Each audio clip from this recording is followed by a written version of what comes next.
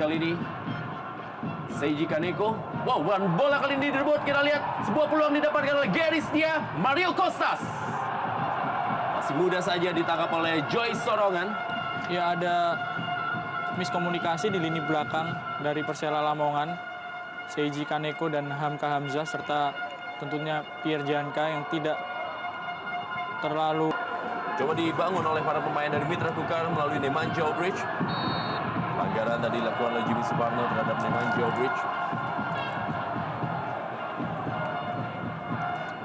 Ya, musim ini Nemanja Obrik menjadi salah satu kekuatan utama di lini tengah dari Mitra Kukar. Dia berduet bersama dengan Ahmad Bustomi di sentral si gelandang kanan oleh Simon McManamy. Pelanggaran tadi Ahmad Bustomi. Kembali Jimmy Suparno. Kita lihat bagaimana Jimmy Suparno lagi-lagi tidak memberikan kesempatan kepada Ahmad Bustomi ataupun juga Nemanja Bridge untuk bisa mendekati daerah kotak penalti. Nemanja Bridge. Wow, sebuah tendangan masih bisa diamankan tadi oleh Khairul Huda. Masih terjadi perebutan bola dalam kotak penalti. Ada pelanggaran. Ahmad Bustomi. Gelandang yang juga sempat direbutkan oleh sejumlah klub di awal musim ini karena memang penampilan yang sangat baik musim lalu. Kita saksikan tendangan keras dari Nemanja Bridge. Bisa diamankan oleh Khairul Huda. Handball tampaknya. Akhir Mitra Kukar ketika mereka menyerah dari Persibo Balikpapan, ketika itu memang Marcus Ben mengalami masalah dengan saluran pernafasan ya, sehingga tidak ditampilkan, dan sekarang ditampilkan oleh pelatih Simon McManamy tapi hanya bermain selama kurang lebih 9 menit dan ia digantikan oleh Sakti Sinaga. Ya. Ini untuk pertama kalinya Mitra Kukar bermain dengan dua penyerang. Gustavo Lopez ke tiang jauh, peluang didapatkan. Lagi-lagi masih ada pengamanan. Roman Golian dengan Hamka Hamzah saling berduel. Kita lihat bola ke tiang jauh dan ini memang menjadi bola-bola kesukaan dari Persela Lamongan. Sepertinya memang ada instruksi untuk bermain dengan umpan-umpan silang. Ya, ini juga mungkin pelatih Miroslav Janu sudah mengamati permainan dari Mitra Kukar. Koordinasi di lini pertahanan masih belum terlalu rapi karena pemain-pemain yang ada di situ juga belum terlalu lama bermain. Hamka Hamzah, lalu ada Isnan Ali, Pierre Janka, dan Seiji Kaneko yang Gustavo Lopez kembali mencip bola. Masih ada Hamka Hamzah, Pierre Janka berebut bola dengan Mario Costas dan Gary Setia. Cukup keras. Kita lihat bagaimana perebutan bola antara Gary Setia dengan Hamka Hamzah tampaknya.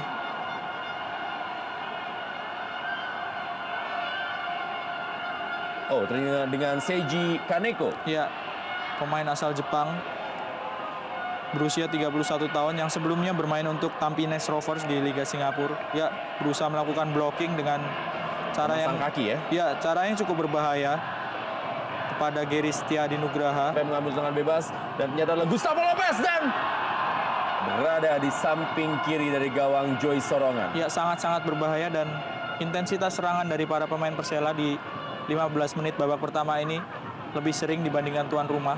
Ketika para pemain Mitra Kukar memetik kemenangan 2-1 atas Gresik United di Gresik, pelatih Miroslav Janu merekam pertandingan itu dan menyaksikan Nemanja Bridge. Pelanggaran dari belakang oleh Irsyad Aras, tampaknya kartu kuning menjadi hadiah untuk Irsyad Aras. Ya, baru sekali melakukan pelanggaran tapi langsung diganjar kartu kuning karena memang cukup berbahaya dari belakang tanpa adanya penguasaan bola dari Nemanja Bridge yang sedang berlari. Irsyad Aras melanggar dan langsung diganjar kartu kuning. Ya, sudah lepas bola dari penguasaan Obrik dan dalam posisi yang menguntungkan karena sedang masuk ke pertahanan dari Persela atas juara bertahan Persipura dengan skor 1-2. Ya, dalam pertandingan yang menurut saya adalah salah satu pertandingan terbaik di Indonesia Super League musim ini. Betul sekali. Pemain-pemain yang sama-sama berkualitas dimiliki oleh Mitra Kukar dan Persipura.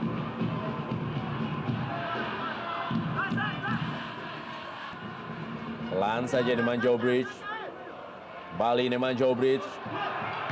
Oh, pantulan bola dan kali ini kita lihat masih. Ya, kita akan lihat keputusan apa yang diberikan oleh wasit terhadap kemelut yang terjadi di dalam kotak penalti. Apakah memang bola yang disentuh oleh Hamka Hamzah sudah meninggalkan lapangan permainan? Kita lihat umpan dari Nemanja Obrich.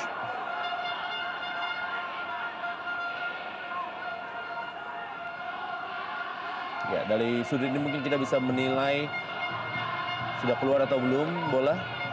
Tipis sekali memang Ren. Tapi Taufik Asrun. Gustavo Lopez kali ini umpan Gustavo Lopez. Peluang pertama dari Mario Kostas. Sundulannya masih belum menemui sasaran. ya ini peluang yang cukup bagus sebetulnya. Umpan akurat dari Gustavo Lopez dan posisi dari Mario Kostas lebih menguntungkan daripada Seiji Kaneko yang berada di belakangnya.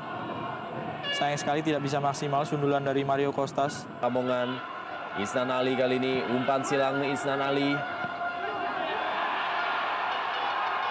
Kita lihat Fatur Rahman duel tadi dengan Andin Dito.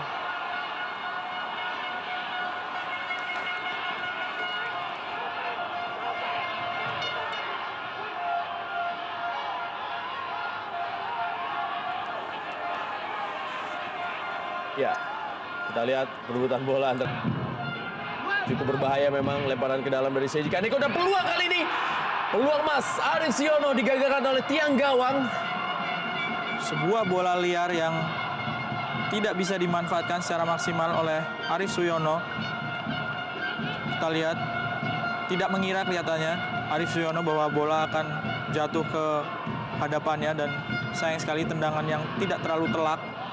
Tidak bisa diarahkan dengan baik oleh Arif Suyono. Hasil sundulan dari Hamka Hamzah.